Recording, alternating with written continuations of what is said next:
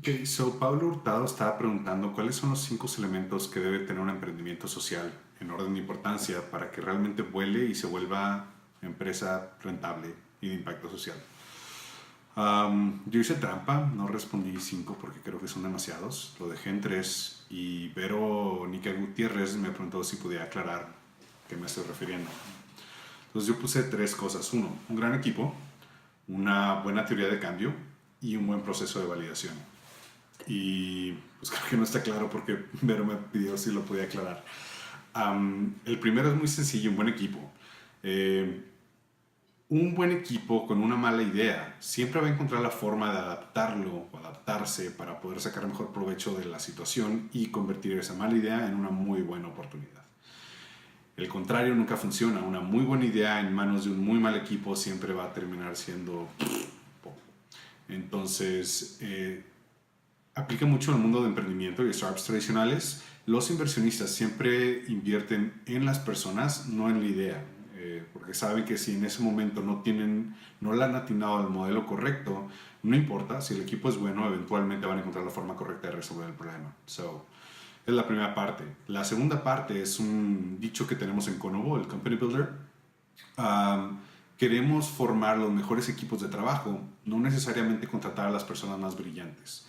Y eso es muy importante porque de nada te sirve tener a los rockstars o a las estrellas de cualquier nicho de la industria que estés si no van a poder trabajar bien con el resto del equipo. Esto a la larga va a crear un equipo disfuncional y lo vuelve un mal equipo, entonces de nada te sirvió tener al rockstar que no sabe trabajar con los demás.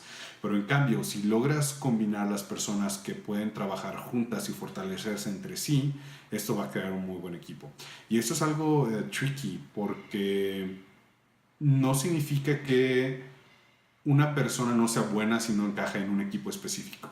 Lo curioso del equipo es que es la suma y la combinación de todos los talentos, debilidades, fortalezas y características de cada uno de los miembros. Entonces, no necesariamente porque rechaces una persona significa que no funcione o que no sea muy inteligente o que no sea muy buena, simplemente no es buena adición para ese equipo en específico. Y armar equipos de trabajo es toda una ciencia, sobre todo en la parte de coaching. Um, en Conovo utilizamos bueno, ahorita hace mucho que no estoy en la operación, pero perdón, estábamos usando 2 cosas. Uno, el test de Myers-Briggs, que se conoce como 16 personalidades, y hay una página muy famosa, 16 Personalities. Ahí puedes tomar tu propio test, saber qué tipo de personalidad dentro de este marco de las 16 eres. Y hay 2 tipos de personalidades que son muy buenas para dirigir. Uno, el arquitecto, y el otro es el commander, que curiosamente ambos son int, que son de gente introvertida. No significa que una persona extrovertida no pueda ser una buena parte del equipo, no pueda ser buen líder, significa que tienes que conformar todo el equipo en base al tipo de liderazgo que necesitas. La tercera y última parte de conformar un buen equipo es cada empresa necesita un tipo de liderazgo distinto dependiendo de la etapa de maduración que se encuentre. Eh, Tradicionalmente podemos hablar que hay 4 o 5 distintas etapas en el proceso de maduración de una empresa y los retos son muy distintos y el equipo de trabajo que necesitas es muy distinto. Cuando es una startup, quieres un equipo pequeño, dinámico, que sea capaz de adaptarse muy rápido al cambio y tiene mucha libertad, sin esa creatividad para resolver problemas. Cuando la empresa ya está muy madura, necesitas lo opuesto, un equipo sólido que pueda repetir lo que ya sabes que funciona. Entonces, long story short, un buen equipo de trabajo significa quieres un buen equipo, no una buena idea. Quieres conformar el mejor equipo de trabajo, significa lograr juntar a las personas que van a funcionar mejor juntas que individualmente. Y tienes que estar cuidando cuál es el equipo de trabajo que necesitas en cada etapa, sobre todo el tipo de liderazgo que necesitas en cada etapa. Para eso hay un libro buenísimo que se llama As One, que identifica, creo que son 11 tipos distintos de liderazgo y cómo adaptarse en cada uno.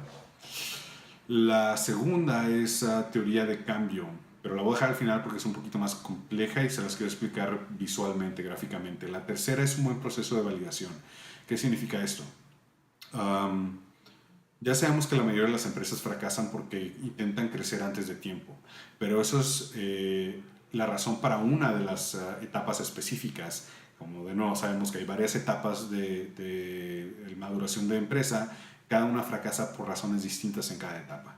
Significa que, para este caso en específico, sobre todo cuando se trata de innovación social o impacto social, cuando las empresas empiezan a crecer o se quieren adelantar a la etapa de maduración que no están validando, si es una empresa tradicional, que están resolviendo el problema de forma adecuada, en una forma que pueda ser sostenible y pueden atraer clientes de forma más barato de lo que cuesta atraerlos a lo largo del tiempo. Y si es una empresa con objetivo, una empresa social, significa que no están validando que realmente están resolviendo un problema de raíz que cambie el status quo, en lugar nada más de maquillar las cosas por encimita. Cuando tienes un proceso de validación de impacto social o una empresa de validación de modelo de negocio tradicional y no estás validando que estás resolviendo el problema adecuado y de la forma adecuada, significa que nada más estás acelerando tu muerte o te estás haciendo güey y estás posponiendo esto, ¿no?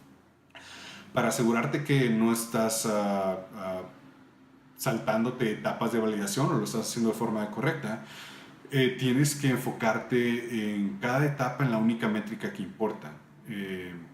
Súper rápido, porque ya he hablado mucho al respecto, hasta yo ya me doy flojera. En la primera etapa es la parte de discovery, de comprensión del problema. La única métrica que importa ahí es poder comprender de forma adecuada la naturaleza del problema, es decir, cuáles son las suposiciones más riesgosas, cuáles son las barreras de entrada, qué es lo que te puede romper por completo el modelo de negocio. Y hay muchas formas de aprender eso y no voy a hablar de eso ahorita.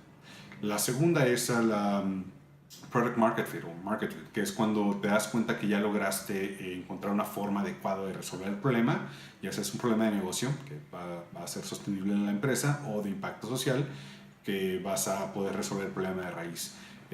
Para esto la primera es, para la parte de negocio, tienes un 40% de referrals, que es gente que te refiere más personas, o de retención, que es personas regresan contigo para volver a consumir tu propuesta de valor. Y la última, que no me gusta nada porque está basada en opiniones, es el Net Promoter Score, que el 80% de las personas dicen que te recomendarían o te darían volver a consumir.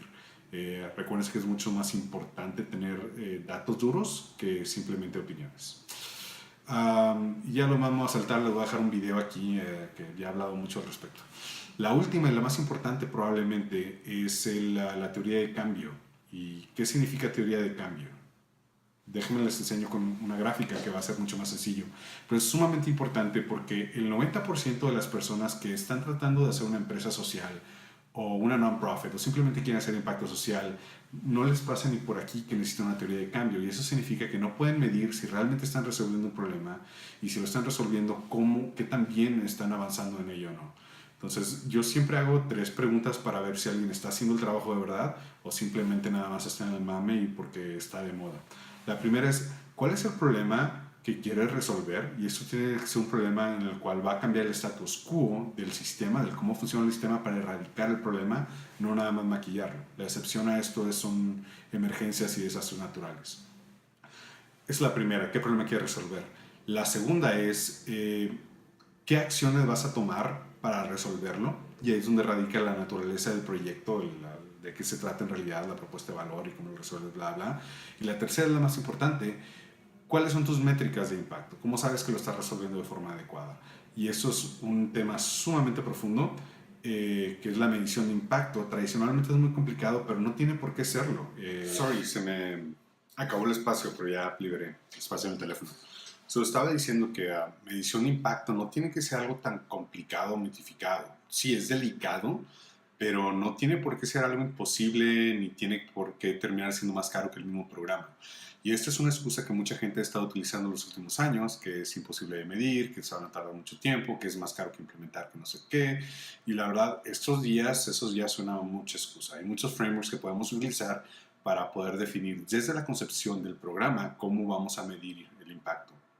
Uno de mis favoritos es el de creo que es Michael Epstein. No creo si es Michael, pero es el apellido de Epstein, un profesor. Y tiene un libro buenísimo que se llama How to Measure and Improve Social Impacts. Les voy a dejar una copia del libro aquí, pero no le digan a Amazon. Y con eso no tienen excusas para no poder medir su impacto social. Esa es la forma más rápida que tengo de saber si alguien realmente está comprometido con su proyecto, si es un emprendedor social de verdad, o simplemente está divirtiéndose y le encanta estar de moda y porque sale en los periódicos y bla, bla, bla. So, ¿cuál es el problema que estás cambiando? ¿Cómo vas a cambiar el status quo? No nada más cómo lo vas a mantener. Segundo, ¿qué acciones vas a tomar en concreto para resolver el problema? Tercero, ¿cómo vas a medir cómo vas progresando en la resolución del problema? Y voy entrando en los detalles de la teoría de cambio, puedes agregar cuál es tu visión del mundo a largo plazo, cómo se ve, y cuáles son las posiciones que tienes en cada una de estas distintas etapas. Eso es lo mínimo que puedes estar respondiendo. Puedes cambiar un poquito las preguntas porque cada proyecto y cada programa y cada empresa es distinta. Lo importante es que nunca olvides definir cuál es el problema que estás resolviendo, cómo vas a cambiar el status quo, cuáles son las acciones que vas a estar llevando a cabo y cómo vas a medir tu progreso. Vamos a mi pantalla para enseñarles uno de los templates que usamos. De nuevo, no tienen que, bájenlo, pero por favor edítenlo. Es mejor si lo editan y lo adaptan. No nada más hagan copy-paste de lo que les voy a mostrar. Este es un canvas de teoría de cambio. Center Canvas, ¿cómo se pone? Aquí está, full screen. Ah, fuck, me puse lo mismo.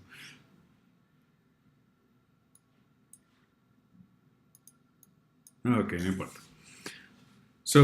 Eso es más o menos cómo funciona. Tienes aquí al principio el canvas, ¿cuál es el problema que estás tratando de resolver? Después, ¿quién es tu público meta? Es decir, ¿con quién vas a estar trabajando o interactuando para resolver el problema? ¿Cuál es el punto de entrada o canales de comunicación, de interacción con este público meta? Después, ¿qué pasos son necesarios para generar los cambios? Eso es donde se pone interesante porque inician las acciones concretas. Puedes empezar a dividir en distintas acciones el problema, porque cuando se trata de impacto social, usualmente los problemas son complejos y no es tan directo como una empresa tradicional, que es una transacción monetaria o financiera. Después, si puedes cuantificar el cambio de cada una o el progreso de cada una, y aquí es donde empiezas a utilizar las métricas, eso es muy importante. De nuevo, necesitas métricas de impacto, aquí es donde van o las puedes mover, pero tienes que tener muy claro qué es lo que vas a estar midiendo en tu progreso. Después, ¿cuáles son los beneficios o grandes beneficios para cada acción? Y esos son los beneficios directos de una acción concreta que has llevado a cabo. Es muy distinto al final, que es el cambio a largo plazo, que este es la típica visión de cómo crees que se ve el mundo una vez que tú hayas logrado implementar toda tu teoría de cambio y se combinan estos distintos grandes beneficios. Ahora, si checas aquí abajo, cada uno de los puntos tiene supuestos, ¿cómo se dice? Supuestos clave, que son los que tienes que estar verificando con acciones concretas y métricas concretas en cada etapa. Al final pone los stakeholders, partes interesadas, es una buena traducción que había olvidado, que son los que se benefician de esta visión en general.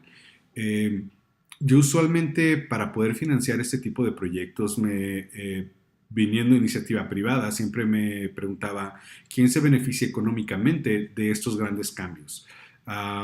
Pero platicando esta semana con Chefo de Coca-Cola, de Sustainability, él me hizo una pregunta tan simple pero tan interesante, que es ¿a quién le está costando el que esto no sea de forma ideal? Y eso parece sumamente simple, un cambio de quién gana, a quién le está costando, pero la verdad es que cuando estás haciendo modelaje de negocios y planeación estratégica, lo primero que hacen las empresas es dejar de perder dinero, después empezar a ganar dinero.